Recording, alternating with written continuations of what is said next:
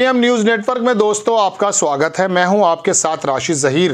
राज ठाकरे की खबर आपके कानों में पड़ चुकी है कि वो भी भारतीय जनता पार्टी यानी कि एनडीए का हिस्सा बनने जा रहे हैं। 100 लोगों को लड़ाया था, एक जीता था। लोकसभा तो कोई जीता ही नहीं। और 2008-9 में इनका सबसे अच्छा था कि विधायक आ गए थे 8, 9, 10, उनको भी ले लिया। अब तो वो बर्फ में लगे हुए थे, लेकिन उनको क्यों ले लिया? 400 पार कर रहे थे भगवान। आप तो 370 बड़ा अच्छा लगा मुझे। 370 क्या नाम लेकर आया मोदी जी। वाकई इमेजिनेशन को तो जवाब नहीं। वो वाली बात बताई है कि देखो 370 हटाने वाले हमें, 370 सीटें तो हमें खाली बीजेपी को दे दो और 400 सीटें दे दो, 400 से पार कर दो साहब पूरे गठबंधन की। राजीव गांधी का वो जो पूरा का पूरा एक रिकॉर्ड था उसको भी तोड़ना है। चलिए, ये तो बात मैं अपनी तरफ से कह रहा हूँ। तो राज ठाकरे वहाँ आ गए जनाब।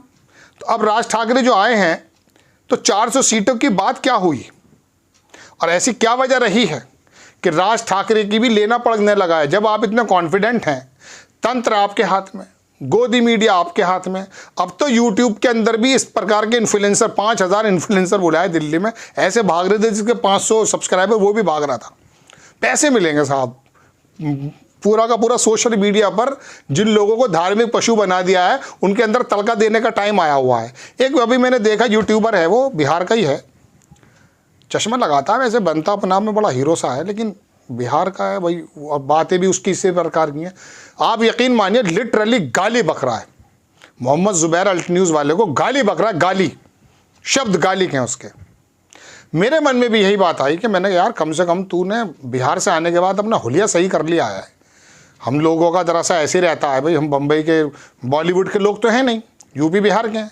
तो कहने का मतलब ये कि अपनी लैंग्वेज तो सुधार, लेकिन कैसे सुधार पाएगा?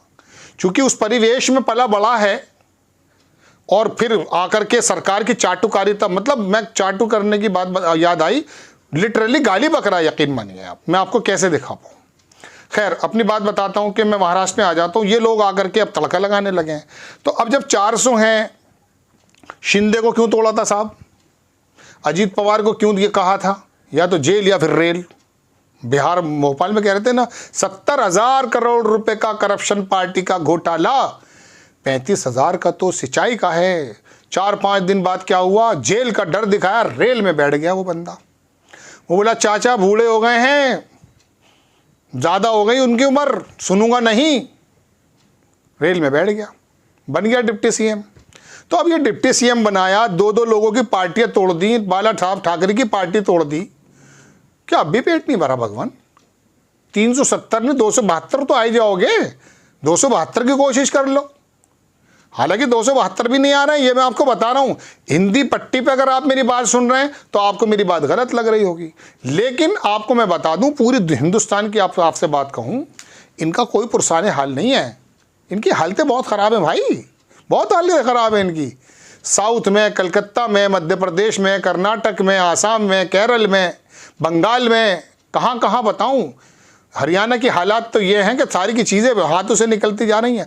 अग्निवीर वहाँ, किसान वहाँ, पहलवान वहाँ, अनिल विज वहाँ के गृह मंत्री नाराज़ हैं। मतलब आप देखें तो से होगा क्या?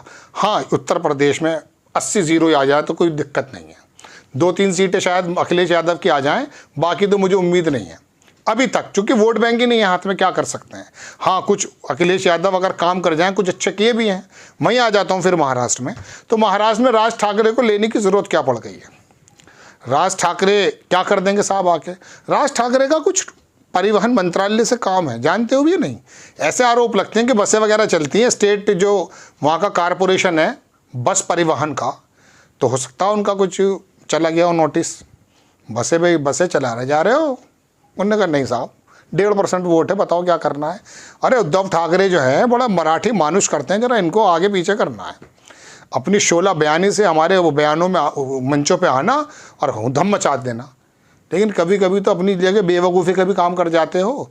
उत्तर भारत की राजनीति करते हो, ओबीसी की राजनीति करते हो महाराष्ट्र में, और जो उत्तर भारतीयों को गाली देने वाला नेता उनको अपने पास मिला लेते हो। वो आपको वोट दे रहे थे कि भारतीय जनता पार्टी उत्तर भारतीयों की राजनीति कर रही है, ओबीसी की राजनीति कर रही है, राज ठाकरे हमें निकाल रहा है, नौकरी देने को मना करता है। अब उनका बन गया बिल्कुल घर का आदमी वो। अब हिंदी पट्टी का आदमी क्या सोचेगा? गोदी मीडिया आपको बता देता कि देखिए ये वो नेता है जो पहले कभी हिंदी पट्टी के लोगों को वहाँ से निकालने की बात करता था, अब जो है बाकायदा बैठ गया इनकी गोद में। लेकिन ये तो गुजराती और महाराष्ट्री से कैसे निपटोगे भगवान? पूरे मुंबई में उद्धव ठाकरे की शराफत के चर्चे हैं, उसकी सौम्यता के चर्चे हैं, उसके बोलने के चर्चे हैं। सहानुभूति उसको मिलती जा रही है, काट नहीं कर पाया शिंदे भी और अजीत पवार भी। तो अब क्या करें, पकड़ कर लाओ। अगली बात जो खबर का सबसे इंपॉर्टेंट टॉपिक है वो मैं बताने जा रहा हूं। ये मेरा पर्सनल व्यूज है, संभावना भी हो सकती है। प्रकाश आंबेडकर, भाई ये आदमी जो है इसका कुछ नहीं पता।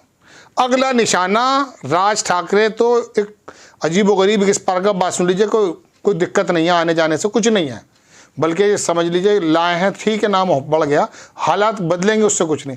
लेकिन प्रकाश आंबेडकर अब अगर जो डोरे डाले जा रहे हैं, संभावना है तो जनाब कहानी फिर महाराष्ट्र में पलट जाएगी। 21 सीटें ऐसी हैं जहां पर इस वाले उनका जो दल है बहुवंचित अघाड़ी कुछ करके ऐसा है, उसका वर्चस्व है। पहले असदुद्दीन के साथ आकर के कुछ काम बिगाड़ा था, इस बार जब वो 5 मिनट की बात करने आए तो मुझे जब ही लग गया था, मैंने इस आदमी की लैंग्वेज कुछ बहुत अच्छी नहीं नज़र आ रही। अगला निशाना ये है खबर का जो मैंने बताना चाहता था, मतलब जुनू में जाना क्या क्या बक गया, लेकिन असल बात ये थी कि राज ठाकरे के बाद अगला निशाना भारतीय जनता पार्टी का अगर प्रकाश आंबेडकर हुए तो फिर भारतीय जनता पार्टी को महाराष्ट्र में पहली जैसी सफलता दोबारा से मिल सकती है। ये मैं आपको बताने के लिए हाजिर हुआ और ये बराबर अपने काम पे लगे हुए हैं। 370 400 की बात आप सुनते रहिए शिंदे को, लेकिन प्रकाश आंबेडकर एक ऐसा तुरुप का इक्का साबित हो सकता है। अब देखिए वो भी तरह तरह की शर्तें रख रहे हैं, उससे लगता है उन पर यकीन होता है। मुझे तो यकीन ये आ जाता है कि उन्होंने कहा शरद पवार को, इनको सबको, कि आप जो हैं शिवसेना वालों को भी कहा कि साहब आप लिखित में दो कि जीतने के बाद जो है आप भारतीय जनता पार्टी में नहीं जाओगे। चलिए ये तो लिखित में नहीं देंगे, लेकिन भगवान आप थमे रहिएगा अगर चाहते हैं कि लोकतंत्र की थोड़ी सी रक्षा हो जाए। ये जो गठबंधन बनाया है महाविकास अघाड़ी, ये इतना ज़बरदस्त काम कर रहा है महाराष्ट्र में कि भारतीय जनता पार्टी को ये समझ में नहीं आ रहा है कि ये हमारी आइडियोलॉजी का आदमी है या नहीं, हिंदी पट्टी के लोगों को गाली देता है या नहीं। ले लो बस, जिसको लेना ले लो, पार्षद हो, विधायक हो, पूर्व MP हो, सबको ले लो। किसी को राज्यसभा भेजना है, किसी को टिकट देना है, किसी को कुछ करना है। जिसकी 2 सीटों की बात बताई जा रही थी वो 4 सीटें, जिसको 6 देनी थी उसको 13 सीटें ऐसे देनी पड़ रही हैं।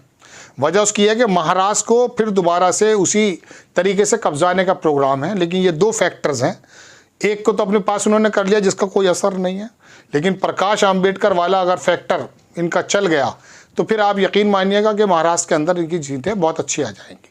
आपको खबर कैसी लगी अपनी राय कमेंट्स बॉक्स में ज़रूर दीजिए। चैनल को सब्सक्राइब कीजिए, शेयर कीजिए। नेक्स्ट टाइम में किसी खबर के साथ हाजिर हो जाता हूँ। जय हिंद।